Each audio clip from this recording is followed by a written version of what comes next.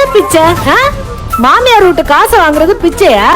ஏன் நீங்க உங்க மாமியார் வீட்டு சொத்து வேணும்னு உங்க பொண்டாட்டிய விரட்டி அடிச்சதெல்லாம் மறந்துருச்சா?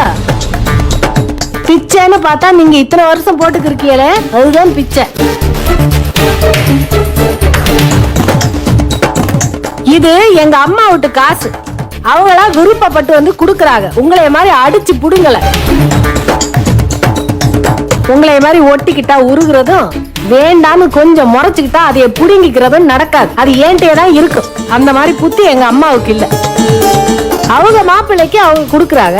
என் புருஷனுக்கு நான் செய்யணும்னு நினைக்கிறேன். அதுல உங்களுக்கு என்ன வலிக்குது? இம்பிட்டு நாள் எங்க அம்மா காசை குடுக்கறேன்னு சொன்னப்பெல்லாம் நான் தான் வேண்டாம் வேண்டான்னு சொல்லிக்கிருந்தேன். இப்ப நான் ஏத்துக்கிறேன் சாமி.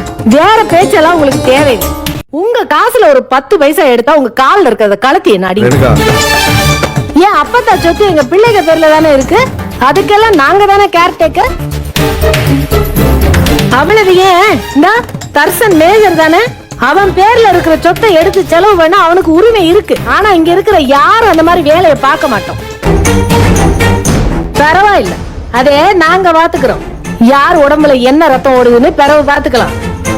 இந்த அகந்தை இருக்குல்ல, அது அழியணும். அதுக்காண்டியே நாங்க ஜெயிச்சு காட்டுவோம்.